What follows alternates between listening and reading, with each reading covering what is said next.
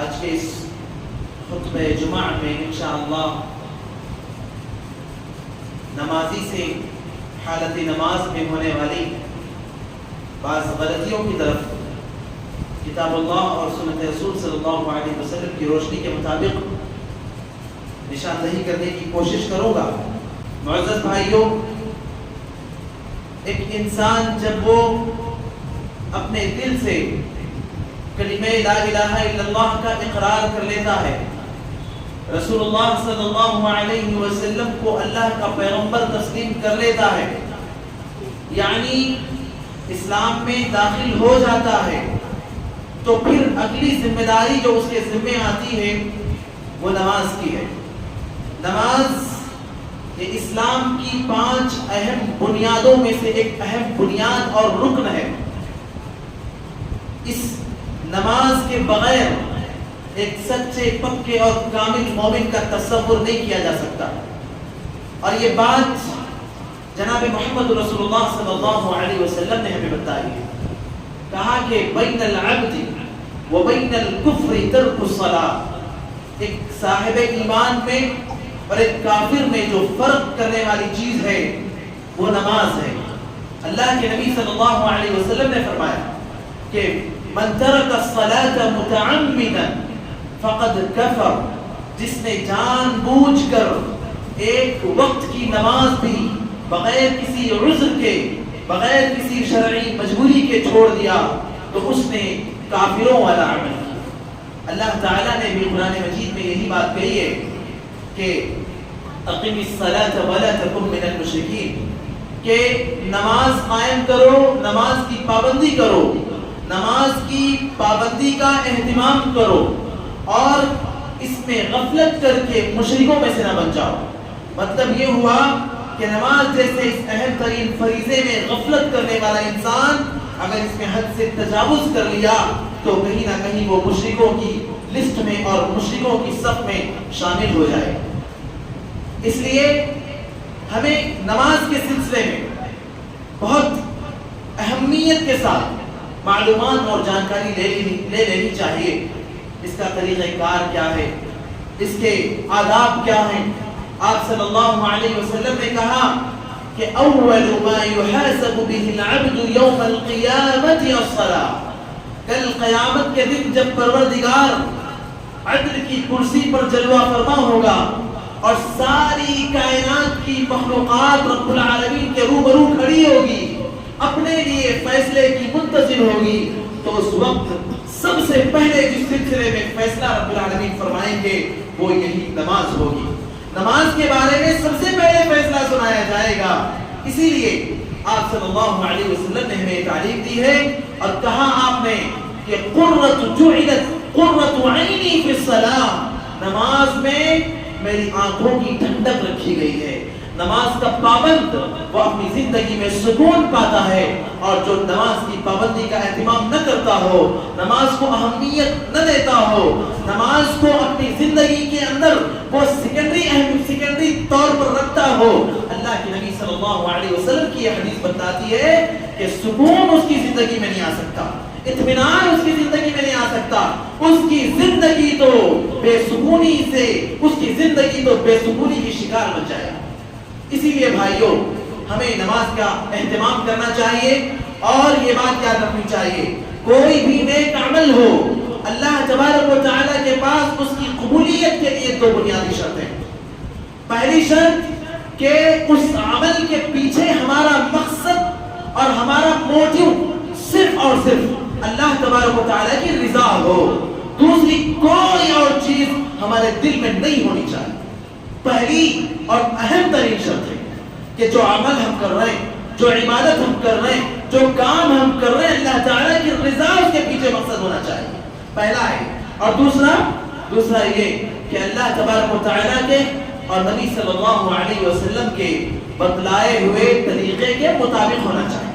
اسی لیے آپ نے کہا کہ صلو کما رأیتمونی اصلی، نماز ویسے پڑھو جیسے تم نے مجھے پڑھتے ہوئے دیکھا ہے۔ اب ہم میں سے کس نے دیکھا ہے صلی اللہ علیہ وسلم کو نماز پڑھتے ہوئے؟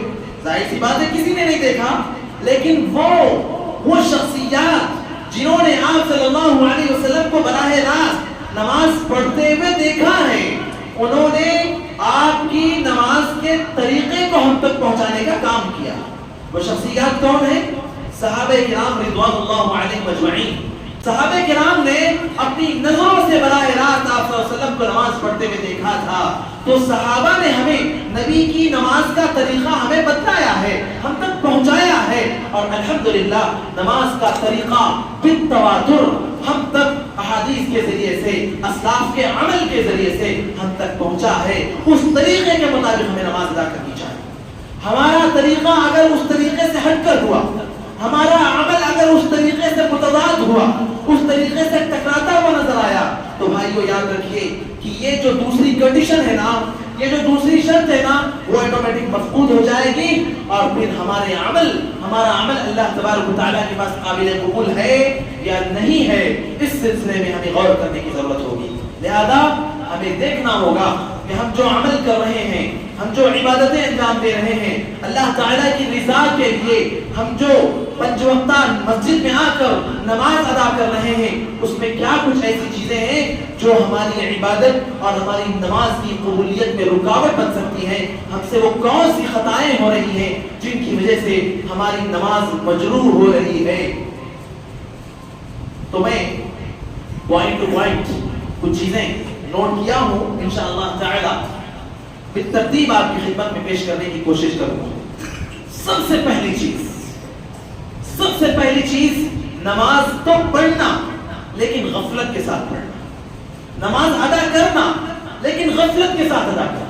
چنانچہ نماز نہ پڑھنے والوں کے لیے جو وعیدیں ہیں، جو دھمکیاں ہیں، جو عذاب کی باتیں ہیں، وہ تو الگ، لیکن ان لوگوں کے بارے میں بھی عذاب کی بات ہے، ان لوگوں کے لیے بھی وعید ہے جو نماز تو پڑھتے ہیں، نماز پڑھتے ہیں، چھوڑتے نہیں ہیں، پڑھتے ہیں نماز، لیکن غفلت کرتے ہیں، سستی کرتے ہیں۔ چنانچہ ویل یہ جہنم کی وادیوں میں سے ایک وادی کا نام ہے۔ جس طریقے سے ایک بڑا ولا ہو، بڑی بلڈنگ ہو، اس کے اندر مختلف کمرے ہوتے ہیں اور کیٹیگری کے اعتبار سے ہوتے ہیں، کوئی نارمل ہے، کوئی تھوڑا سا اچھی کوالٹی والا، کوئی وی آئی پی کیٹیگری کا ہے، الگ الگ کیٹیگریز ہیں۔ جہنم کے اندر بھی یہ چیز، چنانچہ عذاب کی مختلف کیٹیگریز، ان میں سے ایک ہے ویل۔ اللہ تبارک و تعالیٰ نے قرآن مجید میں کہا کہ فویل للمصلین، نماز پڑھنے والوں کے لیے ویل ہے، یعنی جہنم کی وہی وادی ہے۔ کون سے نماز پڑھنے والے؟ الذین هم عن صلاتهم ساہون، جو نماز چھوڑتے نہیں ہیں، پڑھتے ہیں نماز لیکن غفلت کرتے ہیں، سستی کرتے ہیں۔ اذان کی آواز کانوں میں پڑ گئی، نماز کا وقت ہو چکا ہے، لیکن پھر بھی ذہن میں یہ آتا ہے کہ چلو دکان میں کسٹمر سے نپٹ لیتے ہیں، کسٹمر کو رخصت کر دیتے ہیں، پھر نماز کے لیے جائیں گے۔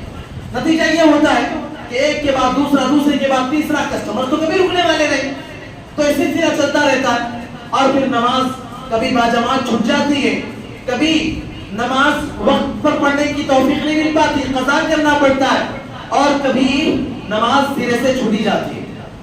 تو غفلت کا یہ انجام ہوتا ہے کہ اللہ رب العالمین نے جو باتیں بتائی ہیں نا قرآن مجید کے اندر، مشرکوں میں سے مت ہو جاؤ، پھر غفلت کر کے انسان تارکین میں سے ہو جاتا ہے، چھوڑنے والوں میں سے ہو جاتا ہے، اور مشرکین کی صف میں کھڑا ہو جاتا ہے۔ اس لیے ہمیں غفلت ہی نہیں کرنا ہے، پابندی کرنا ہے، اہتمام کرنا ہے۔ اذان کی آواز کان میں پڑی، ہم اپنی مصروفیات کو سمیٹنا شروع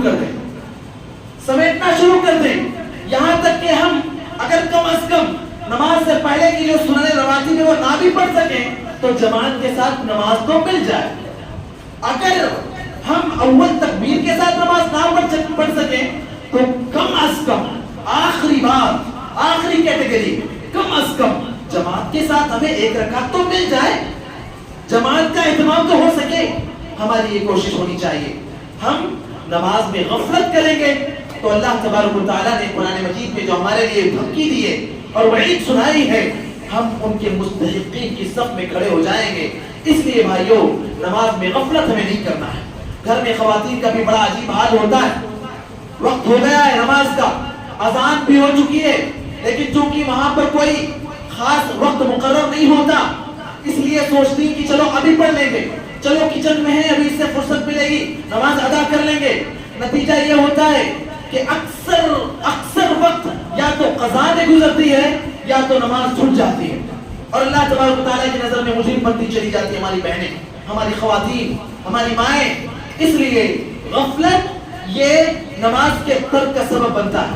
ہم سرے سے غفلت ہی نہ کریں، اس کا اہتمام کریں، اس کی پابندی کریں، اور اللہ تبارک و تعالیٰ کی نظر میں مجرم نہ بن جائیں۔ یہ پہلی چیز ہے کہ ہم میں سے اکثریت کی صورتحال یہ ہے کہ وہ نماز کے معاملے میں غفلت کے شکار ہیں۔ غفلت چھوڑیں اور نماز کی پابندی کا خیال رکھیں۔ یہ نماز 5 اہم ترین بنیادوں میں سے ایک بنیاد ہے، اس کو اہتمام کے ساتھ ادا کرنے کی کوشش کریں۔ دوسری چیز کیا ہے؟ یہ جو غفلت ہے نا، اسی کے نتیجے میں وہ دوسری چیز بھی ہوتی ہے، جماعت کی پابندی نہ کر پانا۔ کئی بار ہم کسی ایسی جگہ جاب کر رہے ہوتے ہیں کہ ہم کو مجبور کیا جاتا ہے کہ دیکھو اگر تم نماز کے لیے جانا چاہتے ہو تو ٹھیک ہے، نمازی کے لیے چلے جاؤ، ہم تمہیں پھر جاب پر نہیں رکھ سکتے۔ کیوں؟ اس لیے کہ جس وقت تم نماز کے لیے جماعت میں جا کر شامل ہو جاؤ گے، یہاں پر دکان پر کوئی کسٹمر آئے گا اور کسٹمر خالی جائے گا، تمہارا وہ کسٹمر یہ سوچے گا کہ بھئی یہاں تو کوئی رہتا نہیں، لہذا تمہیں لازماً یہاں پر رہنا ہے اور نماز تمہیں جماعت کے ساتھ پڑھنے کا وقت نہیں مل پائے گا۔ یہ بہت افسوس کی صورتحال ہے۔ یاد رکھیے میرے بھائیوں، یہ ایسی کیفیت ہے کہ ہمیں یہاں پر 2 آپشن ہے، یا تو ہم اللہ رب العالمین کو چنیں یا تو ہم دنیا کو چنیں۔ اگر ہم ایسی جاب کو اختیار کرتے ہیں جو ہمیں اللہ سے دور کرنے والی ہے، ہم ایسی نوکری کو اختیار کرتے ہیں جو ہمیں باجماعت نماز سے دور کرنے والی ہے، ہم ایسی غلامی کا پٹا اپنے گلے میں ڈالتے ہیں جو رب العالمین کی اطاعت کو ہمارے گلے سے نکال پھینکتی ہے، تو جوتوں کی نوک پر ہے ایسی غلامی، جوتوں کی نوک پر ہے ایسی نوکری، اور جوتوں کی نوک پر ہے ایسی جاب۔ یا تو اللہ کو چنے یا تو اللہ کے مقابلے میں دنیا کو چنے، پھر تیسری کوئی اور چیز بات نہیں ہے، تیسری کوئی اور آپشن نہیں ہے۔ دو رنگی چھوڑ دے، یک رنگ ہو جا، سراسر موم ہی یا سنگ ہو جا، اللہ کو ہی اپنا لو یا دنیا ہی کو اپنا لو۔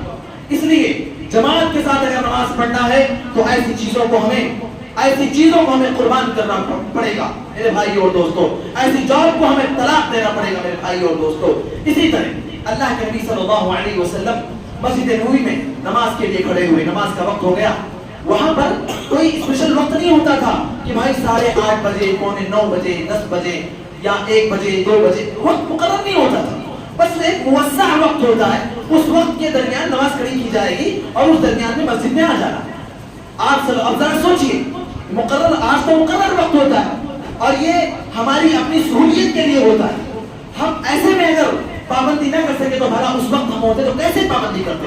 آپ صلی اللہ علیہ وسلم منبر پر ہیں، مصلی پر ہیں، آپ نے دیکھا کہ مصلیوں کی تعداد کم ہے، آپ نے کہا کہ میرا دل کرتا ہے کہ میں نماز کے لیے، امامت کے لیے کسی اور کو مصلی پر آگے بڑھاؤں، اور وہ لوگ جو ابھی تک مسجد میں نماز کے لیے حاضر نہیں ہوئے ہیں ان کے گھروں کو آگ لگا دوں۔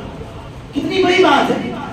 آپ نے یہ نہیں پتہ لگایا کہ کیا وہ لوگ گھر میں نماز پڑھ لے رہے ہیں، آپ نے بس یہ بات کہی کہ جو لوگ مسجد میں نماز کے لیے حاضر نہیں ہو رہے، میرا دل کرتا ہے کہ میں مصلی میں کسی اور کو بڑھاؤں اور جا کر ان کے گھروں پر آگ لگا دوں۔ تو یہ چیز ہمیں جماعت کے ساتھ نماز کی اہمیت کو بتاتی ہے۔ ایک صحابی رسول عبداللہ بن ام مکتوم رضی اللہ عنہ، نابینا صحابی تھے، آئے آپ صلی اللہ علیہ وسلم کے پاس اور انہوں نے ذکر کیا، اللہ کے رسول میں نابینا ہوں اور مجھے راستے پر چلنے کے لیے کسی سہارے کی ضرورت پڑتی ہے، اور ایسا بھی وقت آ جاتا ہے کہ اگر میرے پاس کوئی سہارا نہ ہو تو مجھے گھر پہ نماز پڑھنا مجبوری ہو جاتی ہے۔ آپ صلی اللہ علیہ وسلم نے ان سے پوچھا، انہوں نے کہا کہ کیا میں گھر پہ نماز پڑھ سکتا ہوں؟ آپ صلی اللہ علیہ وسلم نے ان سے پوچھا، یہ بتاؤ کہ کیا تمہارے کانوں میں اذان کی آواز پڑتی ہے؟ انہوں نے کہا اللہ کے رسول اذان کی آواز تو سنائی دیتی ہے، مجھے اذان تو سنتا ہوں میں۔ آپ نے کہا کہ نہیں، پھر تمہارے لیے کوئی گنجائش نہیں ہے، تمہیں جماعت کے ساتھ مسجد میں نماز پڑھنا ہوگا۔ تو اس لیے بھائیوں، جماعت سے ہمیں غفلت نہیں کرنا ہے، جماعت کے ساتھ نماز کی جو فرضیت ہے نا، وہ 2 چیزیں اور ہیں ان کے ساتھ۔ پہلی ایک تو نماز تو پڑھنا ہی پڑھنا ہے، دوسری مسجد میں نماز پڑھنا ہے، تیسری جماعت کے ساتھ نماز پڑھنا ہے۔ الا یہ کہ کوئی مجبوری ہو، الا یہ کہ کوئی شرعی عذر ہو تو اور بات ہے، ورنہ یہ دونوں شرطیں بھی لازماً جڑی ہوئی ہیں نماز کی فرضیت کے ساتھ۔ اسی طرح نماز میں ہم سے جو غفلت ہو جاتی ہے وہ یہ کہ ہم جب نماز کے لیے آتے ہیں مسجد تو کئی بار رات جس لباس میں ہم سوتے ہیں اسی لباس میں اٹھ کر ہم بھاگے چلے آ رہے ہیں مسجد میں، ہمارے جسم سے بدبو آ رہی ہوتی ہے، ہم اپنے پڑوسیوں کو یعنی جماعت میں کھڑے ہو کر صف میں اپنے پڑوسیوں کو تکلیف دے رہے ہوتے ہیں۔ وہی اگر ہمیں کسی فنکشن میں جانا ہو، کسی پروگرام میں جانا ہو، کسی گیدرنگ میں جانا ہو تو وہاں پر ہم بڑے ٹھیک ٹھاک سے جاتے ہیں، بڑے بن ٹھن کے جاتے ہیں، بڑے تیار ہو کے جاتے ہیں، اور مبالغہ نہیں ہے، میک اپ کر کے جاتے ہیں، نعوذ باللہ۔ ہمیں اللہ کے دیے ہوئے حسن پر ہم اکتفا نہیں کرتے، ہم مزید اپنے حسن کو نکھار کر وہاں جاتے ہیں، لیکن جب اللہ تبارک و تعالیٰ کی بارگاہ میں آتے ہیں تب یہ چیز ہمیں نظر نہیں آتی۔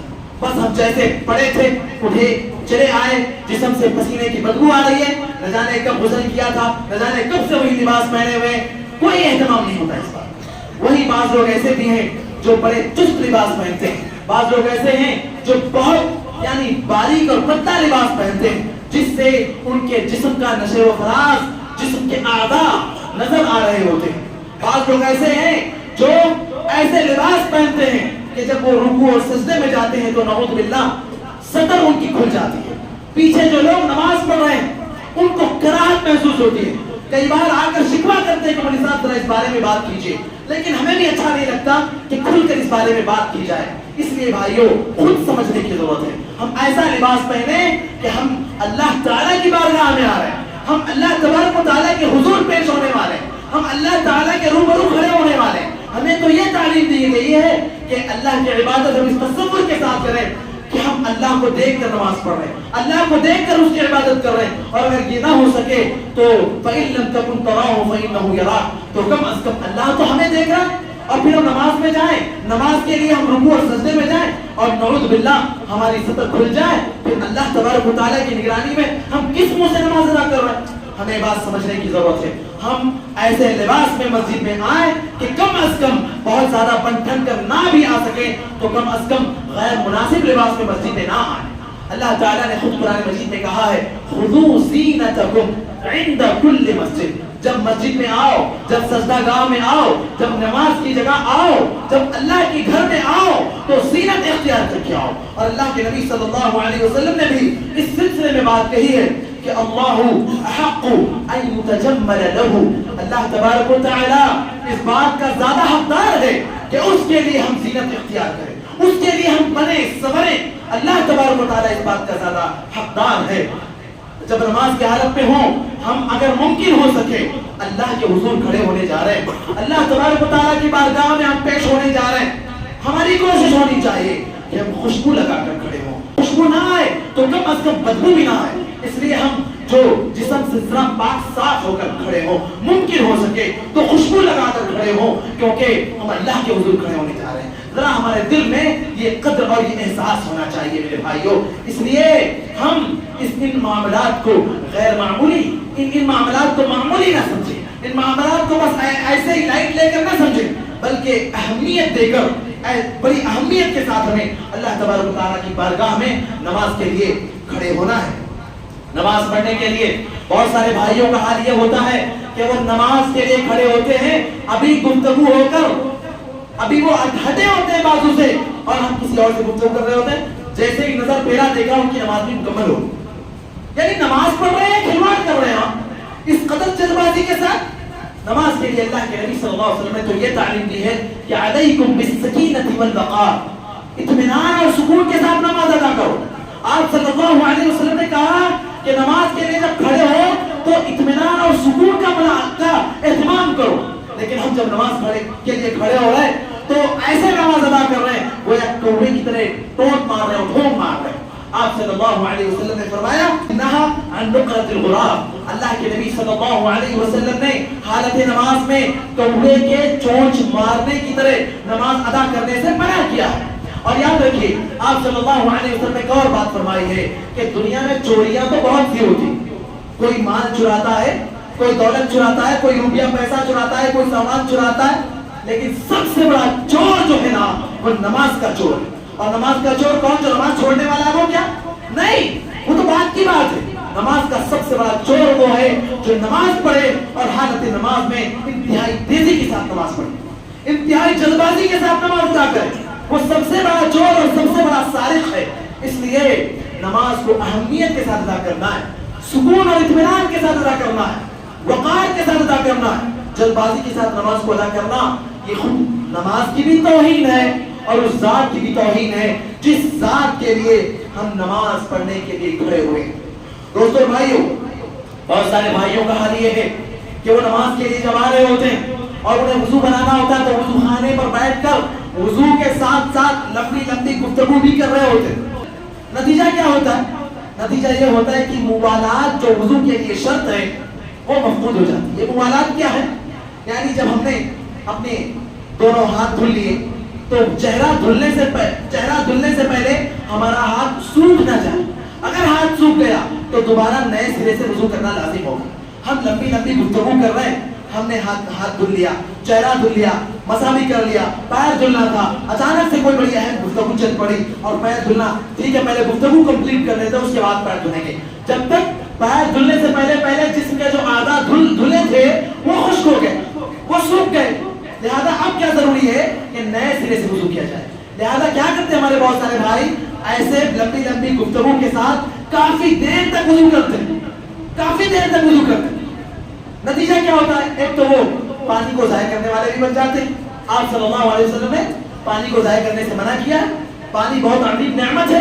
جہاں پر لوگوں کو پانی میسر نہیں ہے ان کا حال دیکھیں, وہ پینے کے لیے گندے پانی کا استعمال کرتے ہیں, مجبور ہیں کیونکہ انہیں فلٹرڈ پانی حاصل نہیں ہے, انہیں پیوریفائی والا پانی ان کے پاس میسر نہیں ہے, مجبور ہے نالے کا گندا پانی اپنے پیٹ کی پیاس بجھانے کے لیے, اپنے سوکھے ہوئے حلق کو تر کرنے کے لیے نالے کے گندے پانی کا استعمال کر رہے ہیں. ایسے میں ہم, اللہ نے ہمیں پانی دیا ہے تو ہم بے دردی کے ساتھ اس کا ضیاع کریں, اللہ تعالیٰ کے پاس ہماری پکڑ ہوگی.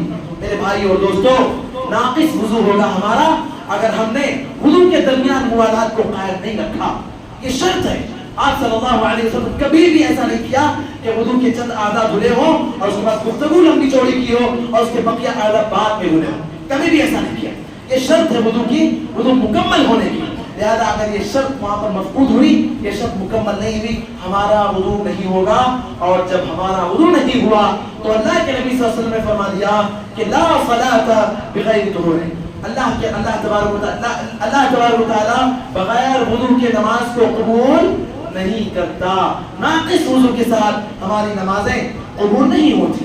نماز کے لیے جب ہم آتے ہیں تو زبان سے کچھ کلمات اپنی زبان میں ادا کر رہے ہوتے ہیں, اپنی زبان میں نیت کے نام پر. اللہ کے نبی صلی اللہ علیہ وسلم نے فرمایا کہ انما الاعمال بالنیات, اعمال کا دار و مدار نیتوں پر ہے. نماز ادا کرنے سے پہلے نیت ضروری ہے, لیکن نیت ہے کیا چیز, یہ اسی کو سمجھنے میں ہم غلط فہمی کے شکار ہو گئے. ائمہ اربعہ جس میں امام ابو حنیفہ رحمہ اللہ بھی شامل ہیں, سبھی کا اس بات پر اجماع ہے کہ زبان سے نیت کے کلمات ادا کرنا یہ بدعت ہے, یہ جائز اور درست نہیں ہے. نیت نام ہے دل کے ارادے کا, نیت نام ہے ہم نماز پڑھنے جا رہے ہیں, ہمارے دل میں ہم مسجد آ رہے ہیں, گھر سے سو رہے تھے, اٹھ کر ہم مسجد آ رہے ہیں. کس لیے آ رہے ہیں؟ گفتگو کرنے کے لیے, ملاقات کرنے کے لیے. کس لیے آ رہے ہیں؟ ٹائم پاس کے لیے, واکنگ کرنے کے لیے. ارادہ یہی ہوتا ہے کہ چلو نماز پڑھ کے آتے ہیں, تو یہی تو نیت ہے. کلمات ادا کرنا درست نہیں ہے, اللہ کے نبی صلی اللہ علیہ وسلم کا طریقہ نہیں تھا. ذرا سوچو نا بھائیو, اردو زبان کے کلمات ہیں وہ, آپ کی زبان تو اردو نہیں تھی. اگر ایسے کوئی کلمات نبی صلی اللہ علیہ وسلم سے ثابت ہوتے تو دعا کی شکل میں ہوتے, لیکن ایسی کوئی دعا ثابت نہیں ہے. اس لیے ایسی چیزیں اپنی نمازوں میں شامل کرنا گویا اپنی نمازوں کی, اپنی نماز کے ضیاع اور اپنے قبولیت کا سبب بنانا ہے. اس لیے نبی صلی اللہ علیہ وسلم نے جو طریقہ ہمیں سکھلایا ہے اس طریقے کو لازم پکڑنا بہت ضروری ہے. سب درست کرنا. آپ صلی اللہ علیہ وسلم نے کہا کہ صف نماز پڑھنے کے لیے صف درست کرو. اگر تمہاری نماز میں صف درست نہیں ہوگی تو اللہ تبارک و تعالیٰ تمہارے لیے آپس میں ایک دوسرے کے لیے تمہارے دلوں میں نفرت ڈال دیں گے. ہمارے دل ایک دوسرے کے لیے صاف نہیں ہے, ہم ایک دوسرے کے لیے مخلص نہیں ہے. کیا نتیجہ ہے, کیا سبب ہے اس بات کا؟ بہت سارے اسباب ہیں، جن میں سے ایک بڑا سبب یہ بھی ہے کہ ہم اللہ کے نبی صلی اللہ علیہ وسلم کی تعلیم کو لازم نہیں پکڑتے. نماز کے لیے سب درست کرنا ہے، ہم سب درست نہیں کرتے. ہمارے پیر ایک دوسرے سے ملے ہوئے نہیں ہوتے، اور پیر ملاتے بھی تو کیسے معلوم؟ جو کنارے کی انگلی ہے نا، آپس میں ایک دوسرے سے ٹچ کر لیا. یہ کرنٹ ہے کیا کہ بس وائر لگ گیا تو فین چل جائے گا، لائٹ جل جائے گی؟ ایسا نہیں ہے بھائیو. اللہ کے نبی نے کہا سیسا پلائی ہوئی دیوار کی طرح بن جاؤ. اب دیوار کیسے ہوتی ہے؟ اگر اینٹ ایک دوسرے سے تھوڑا ٹچ کر کے لگا دیا جائے مضبوط ہوگی دیوار؟ ہوگی کیا؟ نہیں ہوگی. پھر ہمیں نماز کے لیے بھی ایسے ہی سب درست کرنے کے لیے کہا گیا ہے کہ سب یعنی سیسا پلائی ہوئی دیوار کی طرح کھڑے ہو جاؤ. اس قدر آپس میں ایک دوسرے سے لگ کر کھڑے ہو جاؤ. اور بہتر طریقہ یہ ہے کہ ہمارا پیر اگر ہماری باڈی کے اعتبار سے برابر ہے تو پھر ہمیں الگ سے محنت کرنے کی ضرورت نہیں پڑے گی. خود بخود ہمارے کندھے ایک دوسرے سے مل جائیں گے، اور اس کی برکت سے اللہ تبارک و تعالیٰ ہمارے دلوں میں ایک دوسرے کے لیے محبت پیدا کر دیں گے. سب درست کرنے کے لیے ایک اور بات سمجھنے کی ہے، وہ یہ کہ امام کے پیچھے سے سب شروع کی جاتی ہے. امام کے پیچھے سے. اب دائیں جانب اور بائیں جانب کی فضیلت ہے، لیکن اس کا مطلب یہ نہیں ہے کہ ہم امام کے پیچھے چھوڑ کر دائیں جانب سے سب بنانا شروع کریں گے، جیسا کہ اپنے پاس ہو رہا ہے. بار بار کہا جاتا ہے کہ بھائیوں ادھر بھی مکمل کر لو، لیفٹ سائڈ بھی مکمل کر لو، لیکن بار بار کہنے کے بعد 2 نماز گزری 3 نماز گزری، پھر وہی صورتحال، وہی رفتار بیڑنگی جو پہلے تھی سو اب بھی ہے. اس لیے بھائیوں جو طریقہ نبی نے بتایا ہے، ہم اگر نبی صلی اللہ علیہ وسلم کے امتی ہیں تو ہمیں وہ طریقہ اپنانا ضروری ہے. ہم اگر وہ طریقہ نہیں اپناتے تو ہمارا یہ دعویٰ کہ ہم نبی کے امتی ہیں، اس دعوے میں شک ہے، اور اس دعوے کو نئے سرے سے اس کی تجدید کرنے کی ضرورت ہوگی. نماز کی حالت میں اپنے پائچوں کو، اپنے کپڑوں کو ٹخنے سے نیچے رکھنا. آپ صلی اللہ علیہ وسلم نے ویسے تو عمومی طور پر اپنے پائچوں کو ٹخنے سے نیچے رکھنے سے منع کیا ہے کہ اللہ تبارک و تعالیٰ لا ينظر اللہ یوم القیامہ من جر ادارہ خیلا، تکبر اور گھمنڈ کے ساتھ جو اپنے پائچوں کو ٹخنے سے نیچے کرتے ہیں، اللہ تعالیٰ انہیں رحمت کی نظر سے نہیں دیکھیں گے. اور اگر کوئی یہ کہتا ہے نہیں بھائی ہم نے تو تکبر کی نیت سے نہیں کیا ہے، تو یہ تکبر کی علامت ہے. آپ کے دل میں نیت ہونا والی بات، یہ خود ایک تکبر کی علامت ہے کہ ہمارا ٹخنے سے نیچے اگر پائچہ ہے تو دل میں تکبر، غرور اور گھمنڈ ہے. حضرت ابوبکر صدیق نے کہا کہ اللہ کے رسول، میرا پیٹ تھوڑا سا بڑا ہے اور میں اوپر بھاگتا ہوں لیکن خود بخود پھسل جاتا ہے اور ٹخنے سے نیچے ہمارا پائچہ ہو جاتا ہے، تو کیا کروں؟ کہا یہ تمہارے لیے یعنی یہ تمہارے لیے رخصت ہے، مجبوری ہے. وہاں اگر ہمارے پاس ایسی کوئی مجبوری ہے تب تو معافی ہے، ورنہ کوئی معافی نہیں. اور کوئی یہ نہ کہے کہ نہیں میرے دل میں تکبر اور غرور کا احساس نہیں ہے، کیونکہ یہ خود ایک علامت ہے بھائیوں. اس لیے ایک اور حدیث ہے، آپ صلی اللہ علیہ وسلم نے کہا کہ اللہ تبارک و تعالیٰ اس شخص کی نماز کو قبول نہیں کرتا جس کے پائچے ٹخنے سے نیچے ہوں.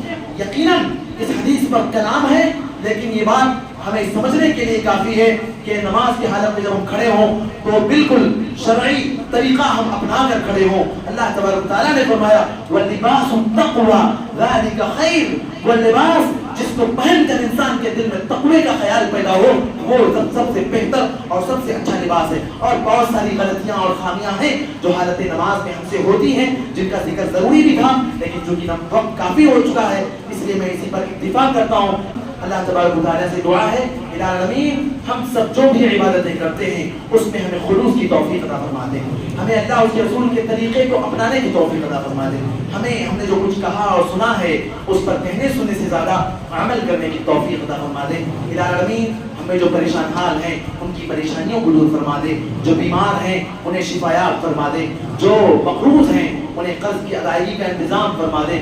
پروردگار جو نوجوان بچے بچیاں اچھے رشتوں کے منتظر ہیں ان کی بھی مدد فرما دے. الہ العالمین ملک کے حالات بڑے عجیب ہوتے جا رہے ہیں، بس تیرا سہارا ہے، تیری ذات سے سہارا ہے، تو ہی مدد کرنے والا ہے. پروردگار ہم سب کو سکون کی فضا عطا فرما دے، ہمارے ملک کو امن و سلامتی اور شانتی کا مرکز بنا دے. الہ العالمین تیرے نام لیوا، تیرے دین پر عمل کرنے والے، تیرے کلام کو پڑھنے والے دنیا کے کسی بھی گوشے میں، کسی بھی خطے میں ظلم و ستم کے پریشانیوں کے شکار ہیں، تو ان سب کی مدد فرما دے. الہ العالمین ہم سب کو کہنے سننے سے زیادہ عمل کرنے کی توفیق عطا فرما دے. اقول قولی ھذا واستغفر اللہ لی ولکم ولسائر المسلمین من کل ذنب انہ هو الغفور الرحیم.